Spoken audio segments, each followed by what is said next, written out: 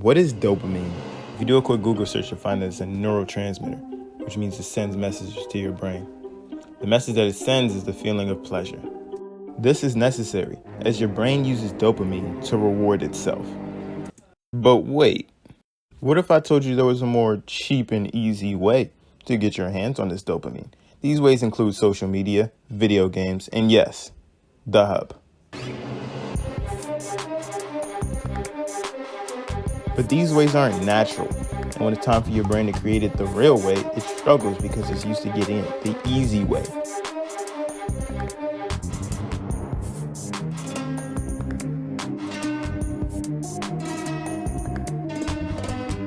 Suddenly, you can't enjoy life without being on your phone, or playing a game, or even lighting a J.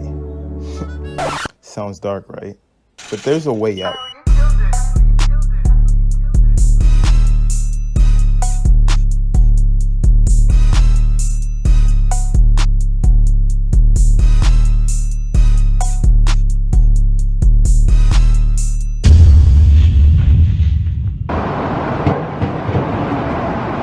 Okay, I'm here with the lovely JoJo. Hey guys. We did the 30-day challenge together. During this 30-day period, we had no social media, Snapchat, Twitter, Instagram, none of that, okay? We had none of the sexual activities for 30 days. We did relationship exercises throughout the 30 days. We did fun stuff, but easy fun. Like no drugs, no weed, social media, liquor, no nothing, stuff that's going fuck up your mind. None of that, okay? So we did this for 30 days. What was the hardest thing for you?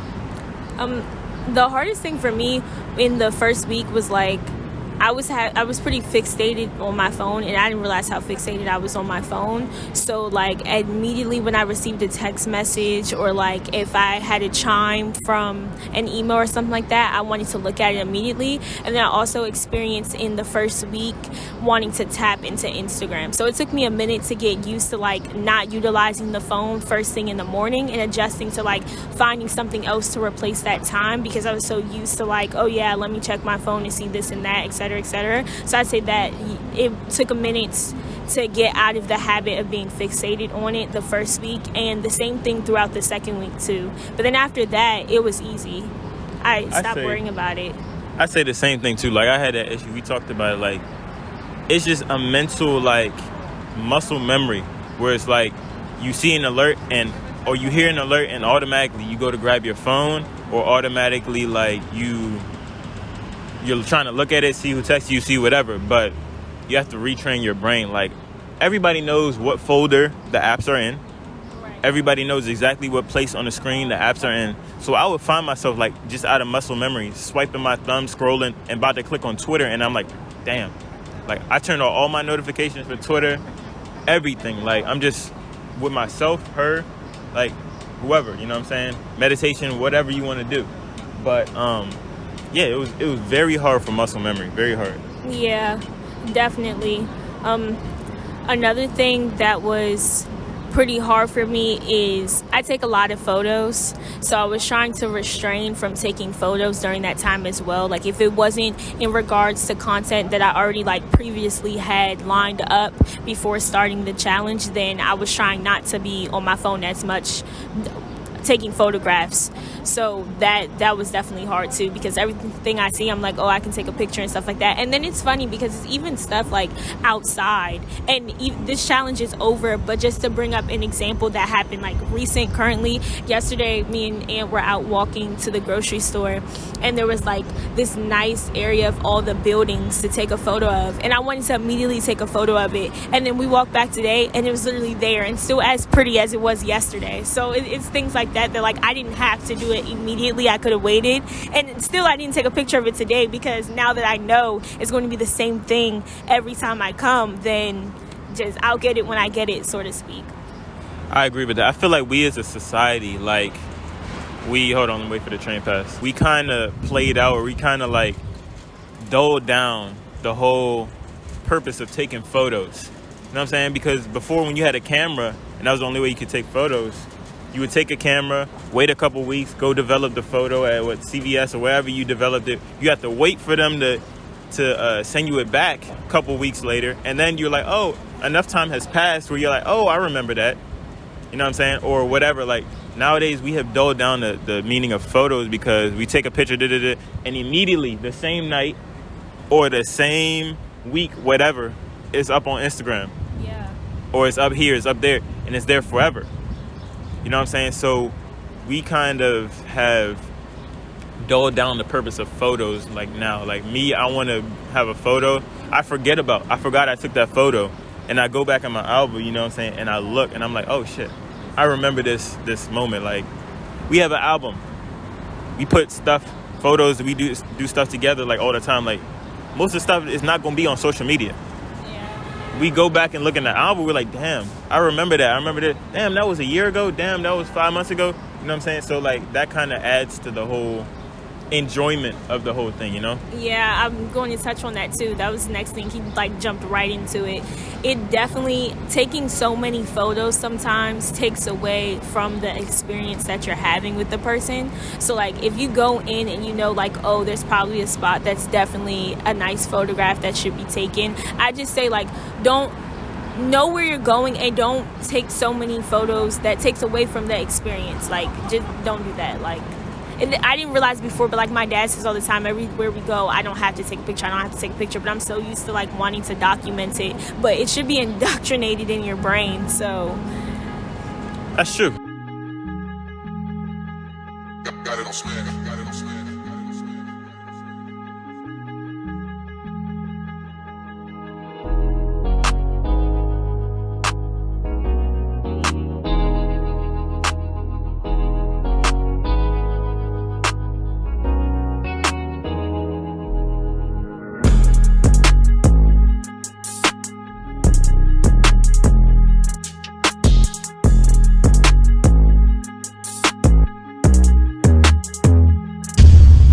Because it's so easy. It's like, okay, I'm bored, I'm gonna smoke.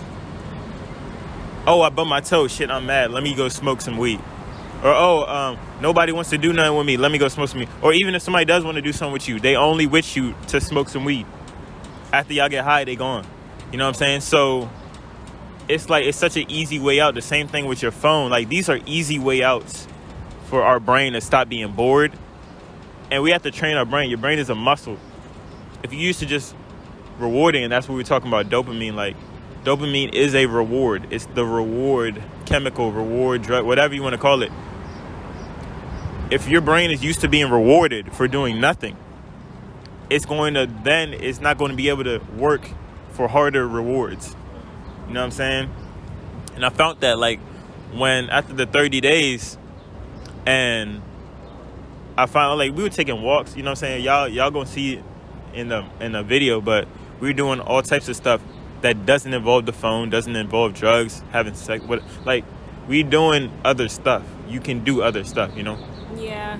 I never got stuck into that vortex of drugs, thankfully, because that's an expensive habit to have. One, a very expensive habit. But two, like, I personally just didn't like the feeling. So I definitely say that it, like, depending on how you are when you get high, everybody's different the way you react to it. But I know it can definitely cause you to be sluggish. That the 30-day challenge impacted you, negative, positive. Like, how do you feel it impacted you, and in what ways? It impacted me positively and negatively at the same time. So the highlights of it was definitely, like, when I first got back on, I wasn't immediately pressed, which lets me know that there was an improvement. Because if I just went back to doing the exact same thing, having my story, I have the inches across my story, y'all, etc., stuff like that, like taking the minute to like everybody's thing, stuff like that. If I went right back into doing that, then I know that I didn't improve.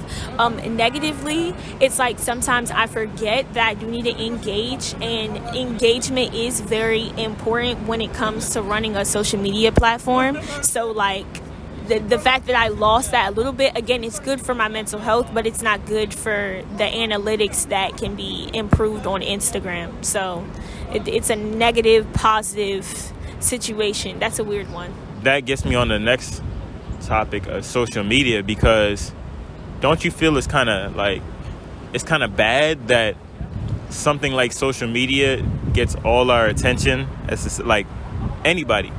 gets all our attention, 80%. My social media user, I probably get on social media 2-3 times a week. Like, honestly, do you feel that that's an issue, that we are so reliant on social media, that we get on social media for everything? Hey, niggas not even using your number no more. They just hitting you up on social media where all your pictures at.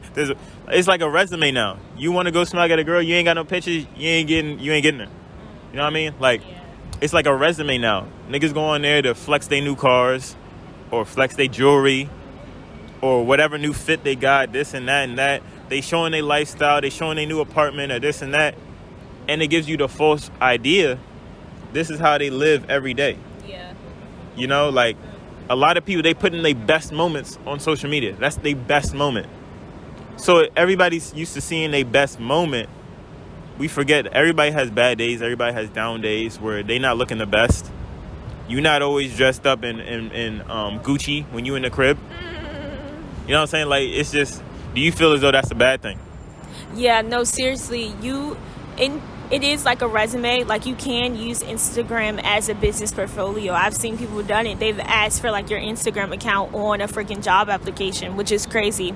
But also, I truly believe if you're letting Instagram consume your life like that, then Instagram is running you. Like, social media in general is running you. You're not running it. And that's the issue. Like, that's where society has gotten. It's Instagram's running them. You need to take control of your life, sweetie. Like, no. How do you think we got there?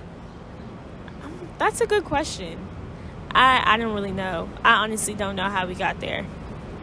I don't know. If I had to guess, I would feel it was though because rappers, whoever, like rappers, artists, sports players, I mean less sports players, but to an extent, yes.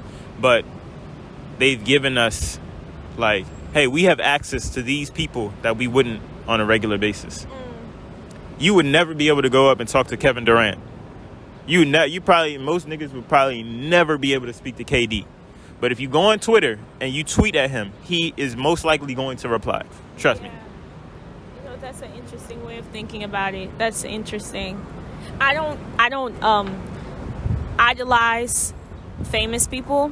I don't have like a favorite famous person I really admire or anything like that. So I can't relate to that, but I can understand how a big demographic would pay attention to the high following, the people with the most following on Instagram, and want to like connect with them. You know, a superstar or an idol that you have. Makes sense. I know for me, it was kind of a hard thing with social media. The gripe I had with social media from the jump, it was that you're constantly comparing yourself to other people. You're constantly comparing it doesn't matter. It really doesn't matter in what aspect. Oh, his video got 250 likes. My shit only got 89. Yeah. My shit only got 25. Oh, he got 2,500 followers. I only got 1,600. Yeah. I'm looking at numbers instead of looking at who people are. Like, when you in real life, none of that shit matters. So, like, subconsciously I didn't realize I was doing it, like, on the surface. But deep down, now that I think about it, I'm like, I did do it. Whether it be my friends or people I'm in competition with. You know what I'm saying? I'm like, damn, like, I'm feeling bad. My video only get this. Oh, this girl got this new shit. Oh, this girl got this girl got that. You know what I'm saying? Like, it's a competition for everything on social media. And I don't feel like it should be that way because... And I'm going to say this, especially with females. A lot of, we talk about this all the time. Let's just call it the mainstream shit right now on social media is so different from what you will see a lot of girls in real life. The mainstream stuff what girls look like on social media is not what they look like in real life. You go on social media, you seeing ass, this, that, shaking, all types of bullshit. And it gives you a perception that this is how it really is. And on top of that, it kind of desensitizes you to the real thing because back in the day, you was not seeing ass all over the internet. You had to go and search, my guy. You had to go on a damn voyage to find some damn ass. You know what I'm saying? Now it's like it's on your page on Instagram and they're promoting it. People who post ass and all this are getting pushed to you more than real stuff. intellectual smart stuff. It's getting pushed to you out of proportion.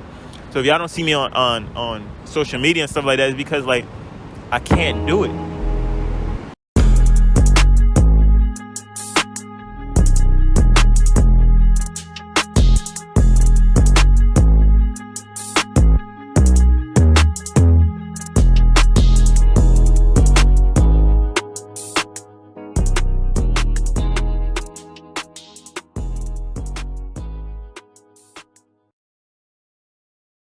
We gonna make it, bitch, and then that's your fucking nigga. Girl, that's crocodile, I fucking get it. Chopper make me do the percolate.